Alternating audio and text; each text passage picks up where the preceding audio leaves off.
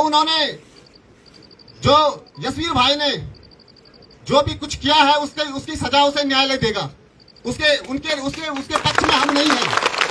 हम पक्ष में कहा है जहाँ भ्रामक खबरें फैलाई गई और जहाँ क्या कि हमारी जो वो बेटी थी वो भी तो एक पीड़िता है।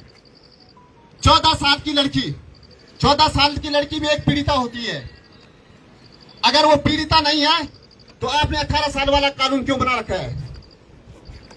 जो सीआरसी एक कानून बना था यूएन में 1889 में और 1990 में उसे संपूर्ण विश्व में पारित किया गया था। उसमें बोला गया था कि 18 साल, डॉक्टरों ने, मैंने नहीं बोला था, अब लोग फिर तोड़ मरोड़ के पेश कर देंगे, राजमोहन ने बोला, डॉक्टरों ने बोला था उसमें कि 18 साल से कम की उम्र की लड़की को क्या समझ नहीं होती है। वही कानून हमने अपनाया नहीं, भारत वालों ने नहीं अपनाया।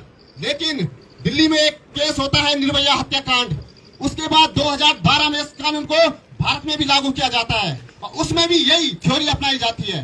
तो क्या वो उस बेटी को नहीं पहनाया फुसलाया गया होगा?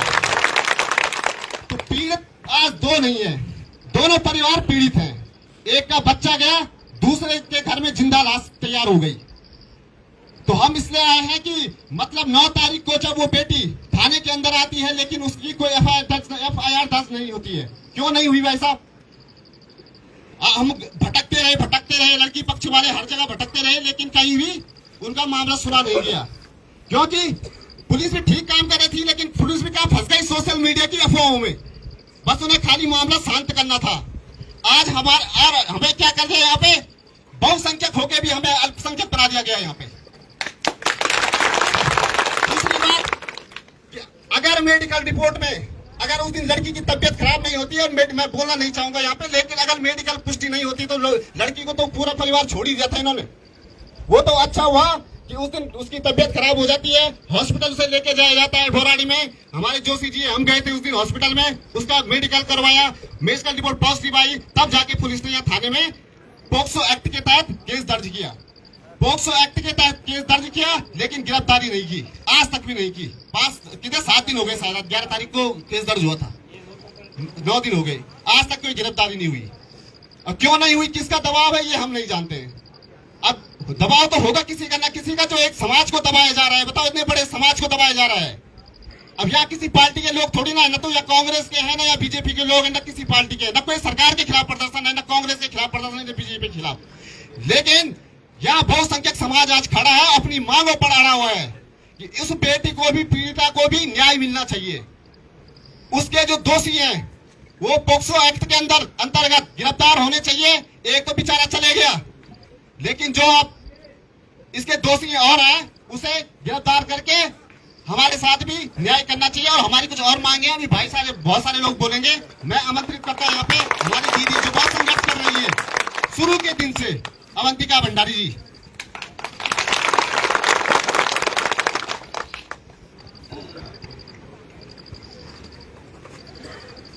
आज सबसे अच्छी बात है कि मातृशक्ति आई है। मातृशक्ति की, मातृशक्ति की। आज सभी को पता है, जैसे राजमोहन भैया ने बताया कि हम लोग क्यों एकत्रित हैं। 7 तारीख को जब ये हत्याकांड हुआ, उसके बाद 9 तारीख को जो लड़की पक्ष के लोग हैं उन्होंने अपनी एफआईआर दर्ज मेडिकल करने का अनुरोध किया थाने में, लेकिन उनकी जो एफआईआर थी वो दर्ज नहीं हुई। उसके बाद जब 11 तारीख को लड़की की तबीयत खराब हुई, उसके बाद 11 तारीख के बाद जब 11 तारीख को पोक्सो के तहत जब मेडिकल रिपोर्ट जो है पॉजिटिव आया, उसकी पुष्टि हुई, तो उसके बाद जो है पोक्सो एक्ट के तहत जो है मुकदमा दर्ज हुआ। लेकिन पोक्सो एक्ट के तहत मुकदमा दर्ज होने के बावजूद भी कोई भी कार्रवाई नहीं हुई। देखिए, हमने अपने क्षेत्र में, वो लड़का जो केतन है वो भी इस क्षेत्र का बेटा था, उसकी मृत्यु हुई और मेरे ख्याल से हर वर्ग का व्यक्ति वहां जाके उन्होंने सांत्वना दी। लेकिन अगर प्रशासन या पुलिस एक पक्ष को सुन रही है, जब गिरफ्तारी हुई किसी ने विरोध नहीं किया। उसके तुरंत गिरफ्तारी हुई। लेकिन जब लड़की का मेडिकल नहीं हुआ और उसकी तबीयत खराब हुई, फिर जब मेडिकल रिपोर्ट में पॉजिटिव आया और उसकी पुष्टि हुई, उसके बावजूद भी उसकी फरियाद क्यों नहीं सुनी जा रही है? हमने एक क्षेत्र का बच्चा खोया है, लेकिन जो लड़की है वो 14 साल की है, नाबालिग है, नासमझ है, छोटी उम्र की है। क्या उसकी फरियाद नहीं सुनी जानी चाहिए? तो ये हमारी जो मांग है यहाँ पर वो ये है कि निष्पक्षता से जांच हो। जांच करना पुलिस का काम है, जज या फैसला सुनाना नहीं। अगर वो सोचे कि एक तरफा व्यक्ति ही, एक परिवार ही पीड़ित है, तो ऐसा नहीं है। दोनों परिवार पीड़ित हैं। अगर एक पक्ष की सुनी जा रही है तो दूसरे पक्ष की भी सुनना इनको चाहिए, उस पे भी जांच होनी चाहिए, क्योंकि एक छोटी लड़की है जिसके भविष्य का, उनके परिवार के भविष्य का भी सवाल है। और हमारी यही मांग है कि प्रशासन, पुलिस जो है वो ऐसा क्या दबाव है। हमारी जो एसपी मैडम है श्वेता चौबे मैम, वो ईमानदारी के लिए मानी जाती है, लेकिन ऐसे लोग कौन है जो उनकी छवि को धूमिल करना चाह रहे हैं और इस केस को सिर्फ एक पक्ष की तरफ ही लेके जा रहे हैं। तो ये हमारा जो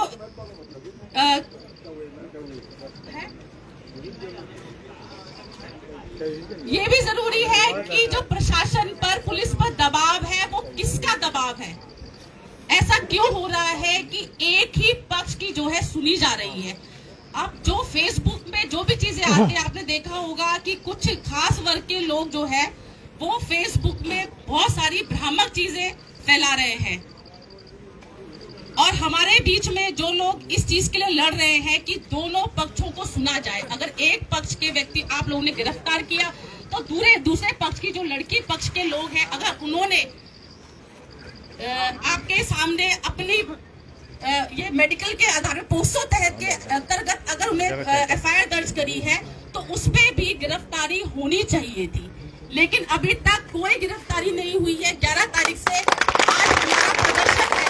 हमने उनको बोला था कि अगर गिरफ्तारी नहीं होगी तो हम प्रदर्शन करेंगे, क्योंकि हम चाहते हैं कि अगर आपने एक तरफ सुना है, दूसरे पक्ष की जांच भी आप करिए। पुलिस जांच करेगी, अगर पुलिस ही सही जांच नहीं करेगी तो न्यायपालिका से हमें क्या न्याय मिलता है, उसकी भी क्या उसकी पुष्टि है कि वो सही होगा? अगर पुलिस भी अपनी तरफ से एक पक्ष की जांच करेगी, एक ही तथ्य, एक ही साक्ष्य एक तरफ से प्रस्तुत करेगी, तो हमें फिर न्यायपालिका भी कहीं प्रश्न उठता है। लेकिन अगर दोनों तरफ की जांच सही है, अगर इस लड़की पक्ष को भी सुना जा रहा है, लड़के पक्ष को भी सुना जा रहा है, तो न्यायपालिका का जो भी फैसला होगा वो हमें स्वीकार्य होगा। अब जैसे भ्रामक, हमारी जितने भी एक जाति वर्ग के विशेष के हैं, बिना प्रकरण को जाने, हमारे बीच में कई बहनें, कई लोग हैं, समर समाज के लोग हैं।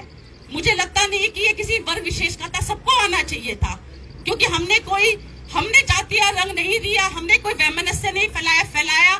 भीम आर्मी या जो जातीय संगठन है उन लोगों ने, उन्होंने आके इसको एक जाति रंग दिया कि अगर केतन अनुसूचित जाति का नहीं होता तो उसके साथ ये व्यवहार नहीं होता, जबकि ऐसा कुछ भी नहीं है।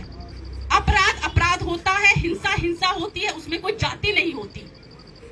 तो हमें इस चीज का न्याय चाहिए, हमें भी निष्पक्षता के साथ जांच चाहिए। और जो भी हमारे लोग यहाँ पर है, मैं सभी से अनुरोध करूंगी कि आप लोग जो भी भ्रामक चीजें आती है, क्योंकि सिर्फ आप देखेंगे कि ये जो वर्ग विशेष के लोग हैं, ये लोग फेसबुक में, इंस्टाग्राम में, सोशल मीडिया में बहुत सक्रिय है। अगर कोई भी हमारे बीच में, हमारे धर्मेंद्र महर जी है, राजमोहन जी है, अगर उन्होंने कोई भी पोस्ट डाली तो उन्होंने उसको तोड़ मरोड़ के पूरे प्रदेश में कैंडल मार्च कर रहे हैं। क्योंकि वो ये सोच रहे हैं कि ये जाति की वजह से है, वो उसको सिर्फ एक ही रंग देने की कोशिश कर रहे हैं। तो मेरे ख्याल से अगर ये एक जाति का रंग आपने दे ही दिया तो क्या समर समाज बेवकूफ थोड़ी ना है? आप लोग बिना प्रकरण को जाने, आपने सिर्फ माना कि अनुसूचित जाति का, इसलिए हमें इस पक्ष की बात रखनी है, इस पक्ष के बारे में बोलना है और दूसरे समाज के लोगों का विरोध करना है। तो हम लोग भी कोई कमजोर नहीं है, हम लोगों में भी एकता है और आज वो एकता दिख रही है।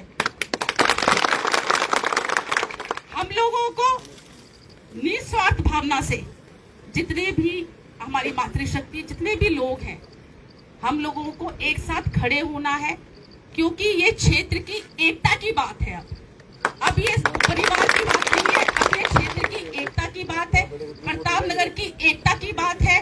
और इस तरह के जो बाहर के संगठन आकर यहाँ राजनीति करते हैं, उनका किसी से कोई आपस में उनका कोई लेना देना किसी भी परिवार से नहीं है। आपने देखा चंद्रशेखर आजाद आया, क्या दिया? परिवार को कुछ दिया क्या? नहीं दिया। उसने बस अपनी टीआरपी बढ़ाई कि देखो मेरा विरोध हो रहा है, और कई कई जगह पे जो है उसने धक्का मुक्की दिखाकर और अपने आप को बहुत बड़ा स्टार बना दिया। लेकिन उसका कोई परिवार के साथ कोई लेना देना नहीं था। कहाँ गया वो? 8 दिन का अल्टीमेटम बोल के गया था, उसके बाद 8 दिन के बाद तो सुध भी नहीं ली उस परिवार की। फिर एक चीज और भी है, आप अनुसूचित जाति के हैं, हम लोगों के यहाँ पर मुझे लगता है आपका जो जितने भी आपके लोग हैं वो अब इस तरह का जातिवाद नहीं करते हैं। पुराने लोग किया करते थे, लेकिन अब के लोग अब कहीं ना कहीं एक साथ बैठते हैं, एक साथ सब अपने अच्छे पदों में भी हैं। लेकिन इनका कुछ भी घटना होती है, इनको जहां पर अनुसूचित जाति है वाला व्यक्ति है, तो वो चाहे अपराधी हो, लेकिन वो उनके लिए पीड़ित ही होता है। तो हमें भी अपनी एकता दिखाने की जरूरत है। हम लोग इनके खिलाफ नहीं है, लेकिन आप लोग खुद ये महसूस कर रहे होंगे अपने क्षेत्र में, अपने गांव में, कि ये लोग निष्पक्षता की बात नहीं कर रहे। ये कह रहे हैं कि केतन के साथ गलत हुआ, हम भी दुखी है, लेकिन सभी जितने भी क्षेत्र के लोग हैं वो सब उसकी हत्या से दुख व्यक्त कर रहे हैं। लेकिन हमारा ये कहना है कि दोनों पक्ष है, लड़की पक्ष है, लड़की पक्ष की भी सुनी जानी चाहिए। लड़के पक्ष की तरफ एक तरफ पूरा अभी तक केस पूरा एक तरफ जा रहा है, जो भी जांच हो रही है वो लड़के पक्ष की तरफ जा रही है। और हमारे आप जांच करिए, निष्पक्षता के साथ जांच करिए, हमें आप लोगों का जो भी फैसला होगा वो स्वीकार्य होगा, लेकिन आपने निष्पक्षता के साथ जांच करनी है। प्रतापनगर एकता जिंदाबाद, क्षेत्र एकता जिंदाबाद, प्रतापनगर एकता जिंदाबाद, क्षेत्र एकता जिंदाबाद।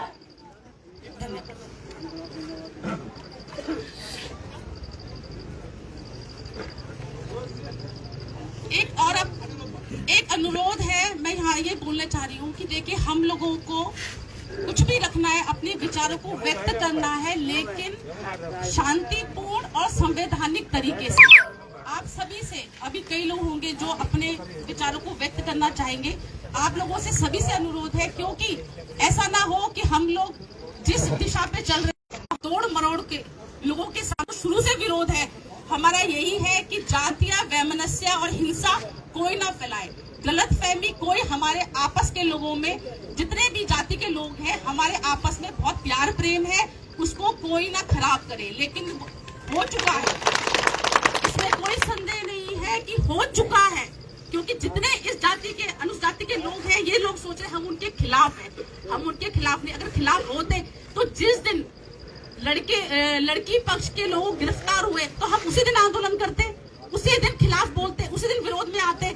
लेकिन हमारा विरोध था भीम आर्मी, और इस वक्त है हमारा जो विरोध है वो ये है कि हमारी जो लड़की है, लड़की पक्ष को सुना नहीं जा रहा है। पहले एफआईआर दर्ज नहीं हुई, उसका मेडिकल नहीं कराया, अब उसका मेडिकल करा के पुष्टि हुई है, तो उसके पोक्सो एक्ट के तहत जो मुकदमा दर्ज हुआ है उसमें अभी तक कोई कार्रवाई नहीं हुई। हम इस वक्त जो हमारा ये आंदोलन है वो है कि गिरफ्तारी हो।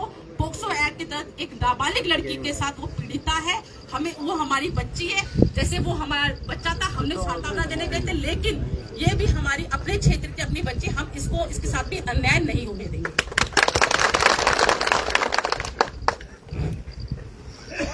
आगे आमंत्रित करता हूँ उदय भाई रावत जी को।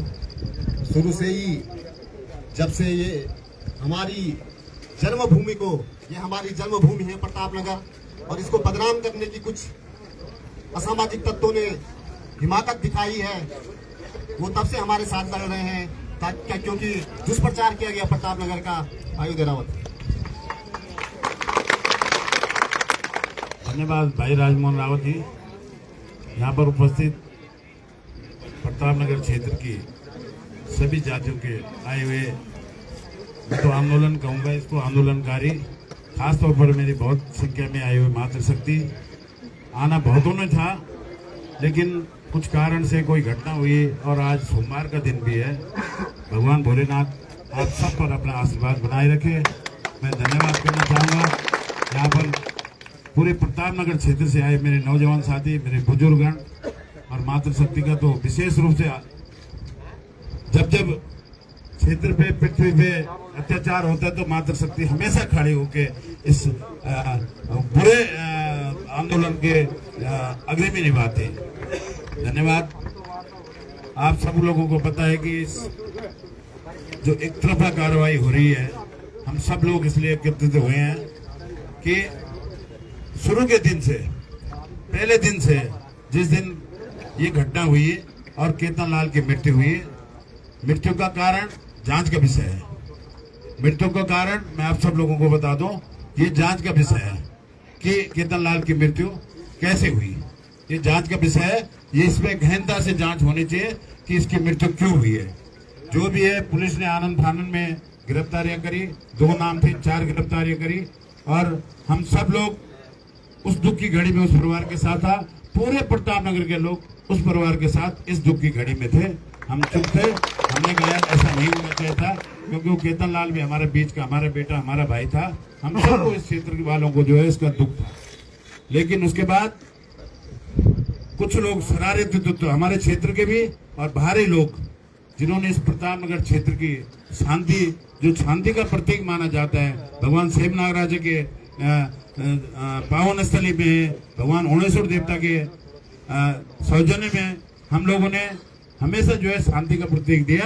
कुछ लोगों ने इस क्षेत्र को जो हमें जातियों में बांटने का काम किया, उन लोगों का हमने शुरू से और आज तक विरोध किया। और आज भी हम प्रशासन को ये चेतावनी देना चाहते हैं कि ये जो लोग इस क्षेत्र को बांटना चाहते हैं, ये लोग अगर कभी गलती से इस प्रतापनगर में आए तो इसकी सारी जिम्मेदारी जो है प्रशासन की होगी और उनकी स्वयं की होगी। ये लोग बोल रहे हैं कि हमको जो है हमारे साथ अन्याय हो रहा है। आज तक तो हमने नहीं सुना कि किसी अनुसूचित जाति के किसी भी व्यक्ति के साथ, किसी भी महिला के साथ कोई हमने या सवर्ण ने कोई जाति की। और जातिवाद की बात करें, हम लोगों को बोल रहे तुम जातिवाद। अरे हमने तो पत्नी, मेरे जैसे पत्नी कितने भाइयों ने, कितनी अनुसूचित महिलाओं की बेटियों की शादी की, इनका इलाज कराया, इनके सहयोग में, इनके सुख दुख में साथ रहे, इनकी डिलीवरी, इनके प्रसव तक हमने अपनी गाड़ियों में कराए, प्रमाण के साथ है। और हमको कह रहे हैं तुम की जातिवाद कर रहे हैं। अरे जातिवाद तो तुमने पैदा किया, जातिवाद तो कुछ नेताओं ने। आप सब लोगों से एक विनम्र निवेदन करना चाहता हूँ, आने वाले चुनाव में ये जरूर ध्यान रखना, ये जरूर ध्यान रखना है कि कुछ लोग, कुछ हमारे बड़े नेता, कुछ हमारे छोटे नेता जो पीठ पीछे से, जो पीछे से बैक दरवाजे से जो हमको लड़ाने का काम कर रहे हैं, उनके चेहरे पर छाड़ने। कुछ लोग तो केतन लाल के घर में जाके ये बोलते हैं कि अरे यार अनुसूचित जाति का था इसलिए मारा उसको। अरे भाई, मैं अगर कहीं गलत करूंगा, मैं गलती करूंगा तो सामने वाला ये नहीं देखा कि किस जाति का है। हम ब्राह्मणों को पूछते हैं, ब्राह्मण अगर कहीं गलती करता तो उस दिन वो आदमी भूल जाते हैं कि सामने ब्राह्मण है जिसको हमने चरण स्पर्श प्रणाम किया, उनके पांव धुले, वो भूल जाएगा ये कौन था। इसलिए अपराधी कोई भी हो, किसी जाति विशेष का मामला नहीं है, कोई भी हो, कोई भी व्यक्ति अगर गलत करता है तो उसके साथ कोई भी सामने वाला ये नहीं देखा कि किस जाति का है, इसको बख्शना है। दूसरी बात मैं ये कहना चाहता हूँ कि आज भारी संख्या में जो लोग आए हैं, आप लोग आगे भविष्य में भी इस चीज का ध्यान रखना कि हम लोगों को जो लड़ाने का काम कर रहे हैं, बाहर वाले तो राजनीति कर रहे हैं, हमारे बीच जो लोग हैं जो सोशल मीडिया पे भ्रमान्वित बातें फैला रहे हैं। कुछ लोग तो, एक तो बहुत बड़ा नेता ये लिख रहा है कि अनुसूचित जाति का था और इसको प्रौढ़ता से इसलिए मारा गया। और आप सब जानते हैं कि वो नेता आपके बीच अभी भी आएगा। आप लोगों ने ऐसे टाइम पे उनको जवाब देना है जब इन्होंने हमको जातियों में बांटने का काम किया, हमको भाई भाई में लड़ाने का काम किया। अरे भाई, गिरफ्तारी हो गई थी, 2 तुमने नाम दिए, 4 गिरफ्तारी हो गई थी सेम धाराओं में, और SC ST में तुमने मुकदमा दर्ज कर दिया, जेल पहुंचा दिया। उसके बाद केतन लाल के पिताजी कहते हैं कि प्रशासन हमारे साथ अच्छा काम कर रहा है। तो उसके बाद तुम क्या चाहते कि हम प्रतापनगर वाले तुम्हारे यहाँ आने वालों के बर्तन धुलते? हम क्या करते? हम तो चुप थे बैठे, हम तो अपनी संवेदना व्यक्त कर रहे थे कि यार बुरा तो हुआ है। उसके बाद तुमने इसको एक राजनीतिक रूप जो दिया, और मैं प्रशासन को भी कहना चाहता हूँ, प्रशासन को नहीं बल्कि शासन में बैठे माननीय मुख्यमंत्री जी से भी निवेदन करना चाहता हूँ कि आपका भी बहुत बड़ा योगदान इस क्षेत्र को बांटने में रहा है। अगर आप चाहते तो इसमें निष्पक्ष जांच होनी चाहिए, दूध का दूध पानी का पानी होता, लेकिन आपने चंद विधायक, चंद मंत्रियों, चंद नेताओं के कहने पे, इनके दबाव में आने से आपने जो है इसकी तरफ ध्यान नहीं दिया, और इसका कारण क्या हुआ कि जिले में बैठे हुए बड़े बड़े अधिकारी एक तरफा कार्रवाई कर रहे हैं। मैं तो धन्यवाद करना चाहता हूँ माननीय हाईकोर्ट का, जिन्होंने स्पष्ट आदेश दिया कि दोनों